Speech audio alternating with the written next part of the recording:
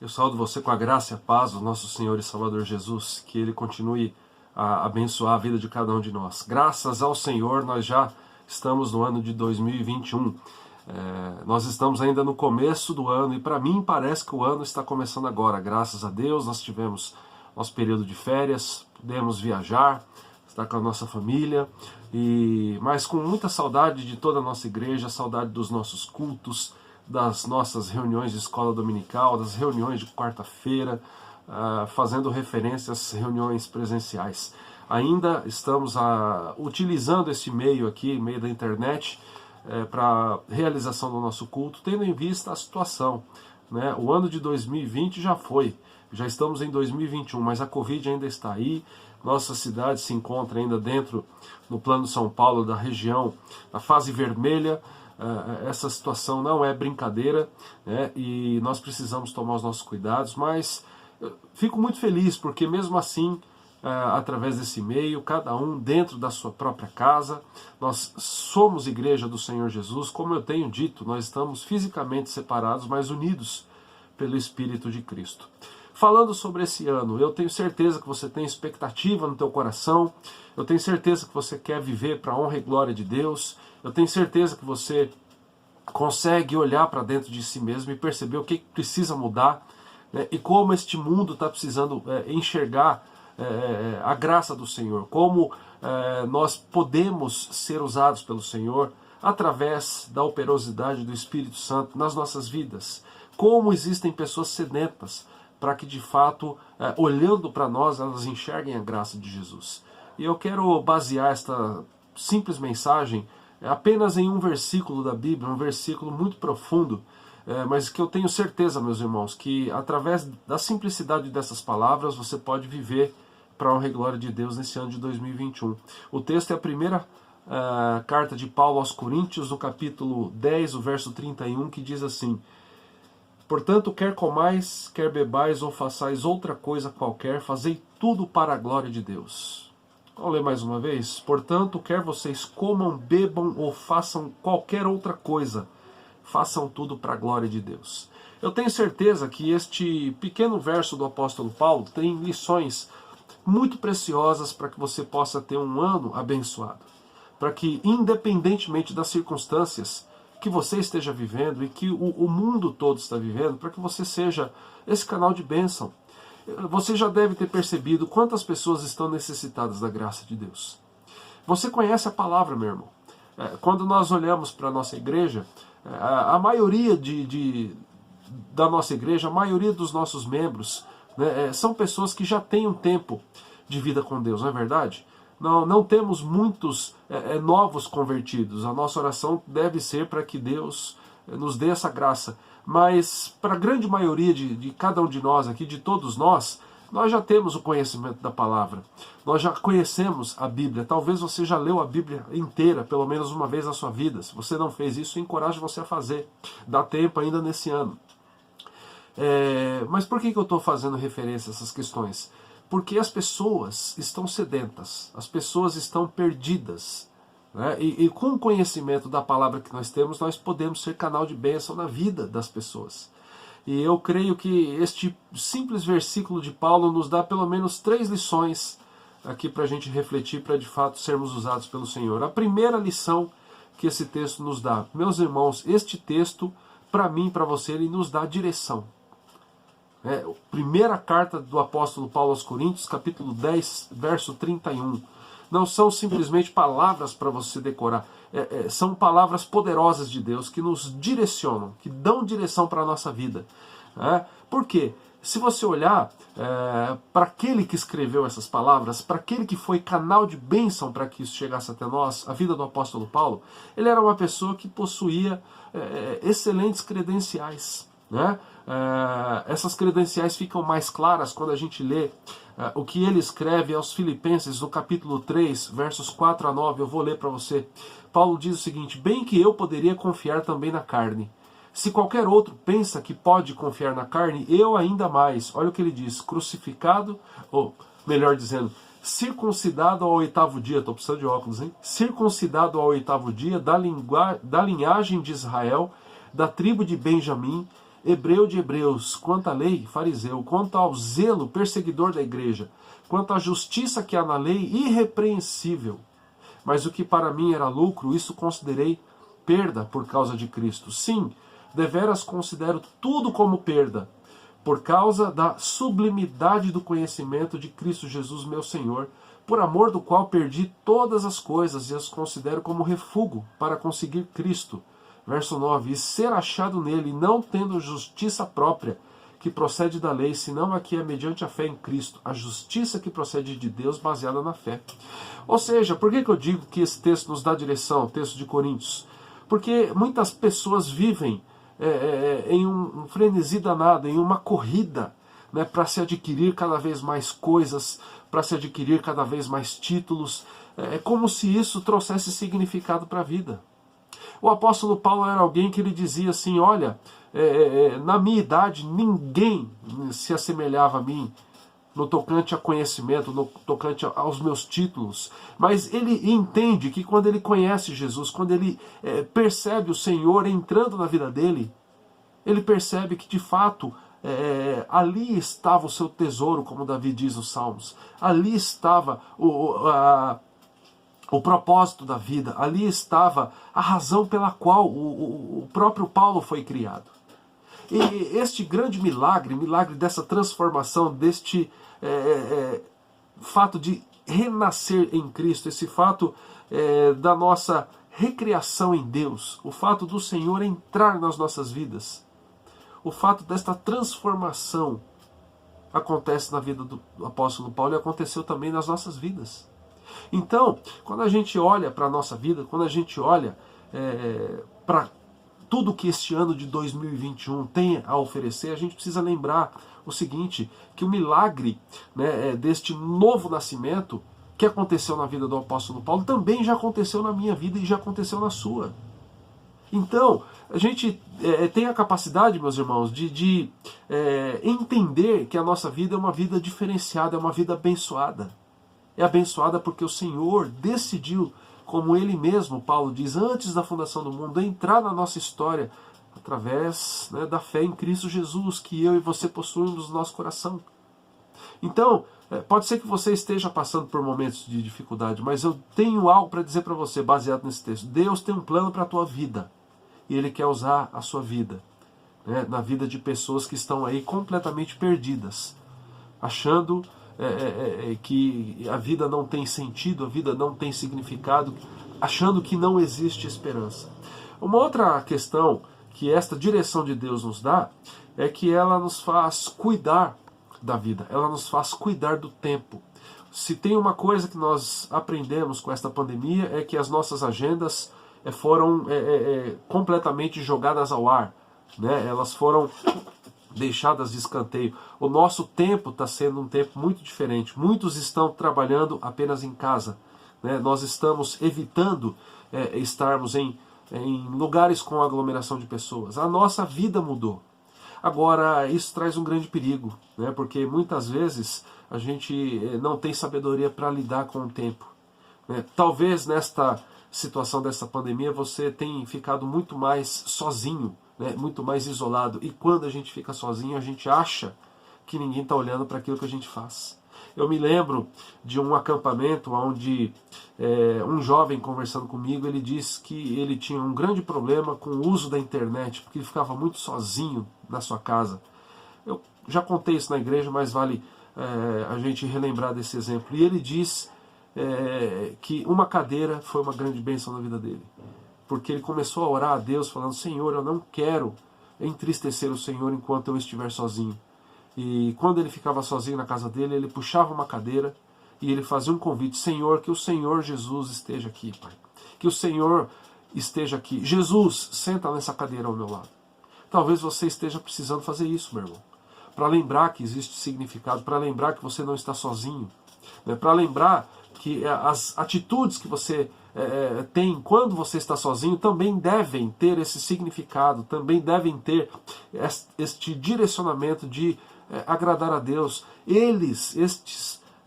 Estas atitudes, melhor dizendo, elas devem agradar a Deus, estando você sozinho ou estando você acompanhado. É interessante que essa direção que o Senhor tem para nós também nos leva ao discipulado. Quando eu li aqui o texto de Filipenses, olha só o que Paulo diz no verso 7, mas o que para mim era lucro, isto considerei perda por causa de Cristo.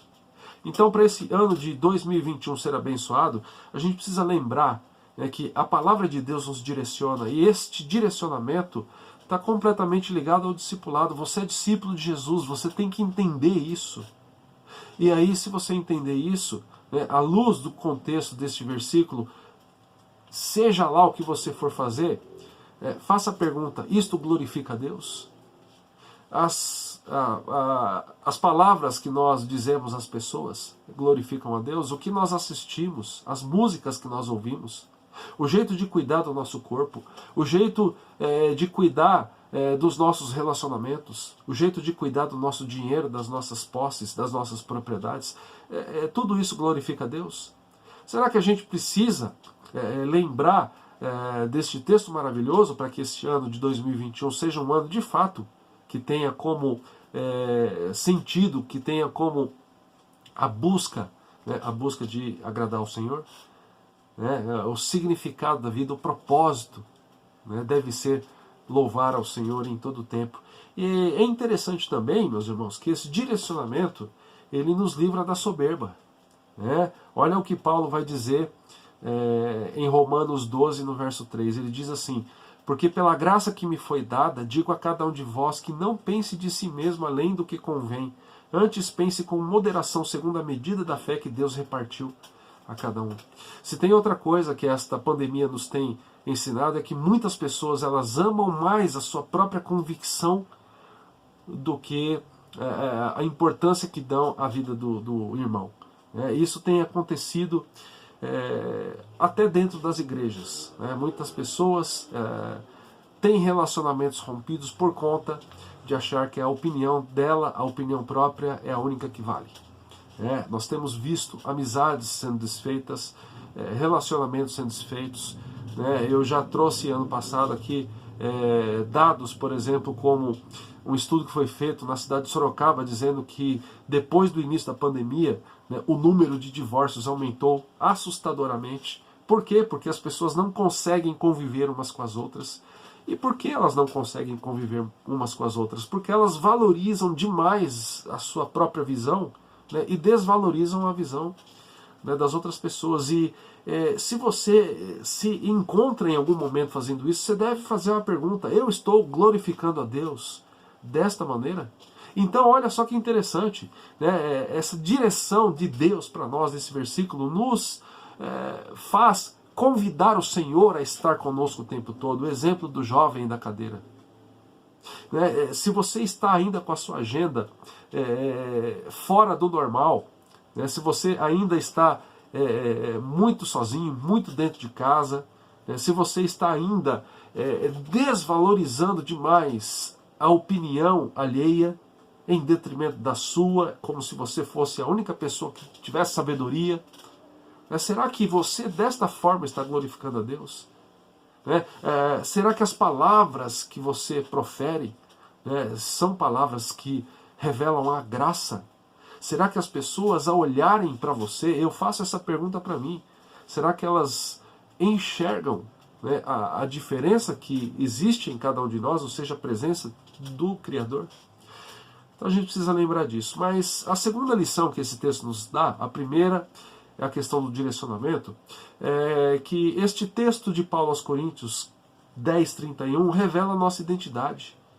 Paulo aqui, quando ele abre mão, quando ele está trazendo essa palavra à igreja de Corinto, que era uma igreja cheia de dificuldades, cheia de problemas, ele está dizendo o seguinte: nós devemos buscar um objetivo, nós devemos ter um objetivo, ser quem Deus quer que nós sejamos. O objetivo de Deus, ao entrar na sua vida, é fazer com que você reflita a sua graça, reflita a glória do Senhor, que você reflita o amor do Senhor. A palavra de Deus diz que Ele é amor. E que nós também somos os seus discípulos quando nós demonstramos amor uns pelos outros. Como as pessoas estão precisando disso, meus irmãos. Mas para isso, muitas vezes, a gente vai ter que abrir mão Como nós já dizemos aí no primeiro ponto, na primeira lição, nós vamos muitas vezes precisar abrir mão da soberba. Nós vamos muitas vezes precisar pedir paciência a Deus, pedir sabedoria antes de expressarmos aí o nosso ponto de vista. Nós vamos precisar orar, falar: Senhor, eu estou agindo como eu deveria. Revelar a nossa identidade também, meus irmãos, nos livra de comparações. Não sei se você tem sofrido com isso. Eu, no ministério pastoral, assim como a grande maioria, se não a totalidade dos meus irmãos pastores também, nós sofremos demais com comparações. Essa semana estive conversando com um colega e ele abriu o coração comigo dizendo assim: eu não aguento mais, porque essa questão de ser comparado. E foi muito interessante o que ele colocou. Ele foi convidado para pregar em uma igreja e foi lá e preparou a mensagem, e certamente pedindo para que ali Deus o usasse. E ele, compartilhando comigo, disse que depois da mensagem, uma irmã veio dizer para ele como a mensagem dele foi boa, como a mensagem dele foi melhor do que a do pastor fulano de tal, que era o pastor dela, que era o pastor da igreja. E ele disse que ele ficou em uma situação de um completo desconforto. Ele disse o seguinte: eu não quero isso, eu quero só ser usado por Deus. O que eu faço, meu irmão, quando acontece uma coisa dessa? E ali a gente conversava acerca disso. Mas é uma grande realidade. Nós muitas vezes somos comparados. Eu estou trazendo aqui o exemplo da classe pastoral, mas as igrejas são comparadas. Quantas pessoas têm um pé aqui e um pé ali? Eu gosto dali, mas eu gosto dali também. E sabe o que acontece com isso? A pessoa deixa de ser usada pelo Senhor. Porque quando a pessoa não percebe e entra nesse viés de comparar tudo e todos, ela deixa de ser usada, ela deixa de ser instrumento de Deus e ela passa a agir como alguém que está simplesmente consumindo conhecimento teológico. Existem pessoas que são assim: de manhã eu vou na escola bíblica na igreja tal, porque eu gosto da escola bíblica de lá, mas à noite eu vou no culto da igreja tal, porque eu gosto da palavra daquele pastor. Perceba que quem age dessa maneira não está fazendo tudo para a glória de Deus. Por quê? Porque ao invés de ser abençoadora, ela só quer ser abençoada. Ela só olha para a própria necessidade, ela só se coloca o tempo todo como uma vítima, que precisa daquela palavra que vai acalmar o coração. Meus irmãos, necessidade da graça todos nós temos. Vamos falar o português bem claro. Eu preciso e você precisa. Mas eu também e você, nós precisamos também entender que Deus tem um propósito para as nossas vidas. Nós devemos vencer este coitadismo que está aí ganhando força cada vez mais no mundo. Se você tem olhado as notícias, essa semana eu vi uma notícia muito interessante lá, muito diferente, dizendo que a China está com um movimento buscando revalorizar o papel do homem, revalorizar a masculinidade. Ou seja, muitos ali naquele país estão preocupados com uma geração que está cada vez mais feminina. Isso aqui não é uma guerra ideológica, eu não estou falando disso, eu não quero entrar nessa questão, mas para perceber como que as pessoas estão perdidas, descaracterizadas da identidade. E a igreja de Jesus não pode estar descaracterizada da sua identidade, do seu propósito, que é o propósito de engrandecer o nome de Deus, que é o propósito de viver sendo quem Deus quer que nós sejamos. Que é um propósito de fazer com que nós vençamos as comparações e ao invés disso nós possamos agradecer a Deus, porque se estamos onde estamos, estamos porque Deus quer. Se o Senhor te colocou nesta igreja, na igreja presbiteriana Getsemane, é porque Ele quer usar você aqui. Então se você tem comparado, irmãos, deixe de comparar, peça perdão a Deus por isso. E eu estou falando simplesmente até agora sobre igrejas, mas a gente compara as pessoas, a gente compara, quanta gente tem comparado, mas o marido da minha amiga é melhor do que o meu marido. E quantos homens estão comparando, mas se a minha esposa fosse uma pessoa tão boa como a esposa do outro. A velha história de olhar para a grama do vizinho e perceber que ela sempre é mais verde que a nossa. Vamos parar com isso.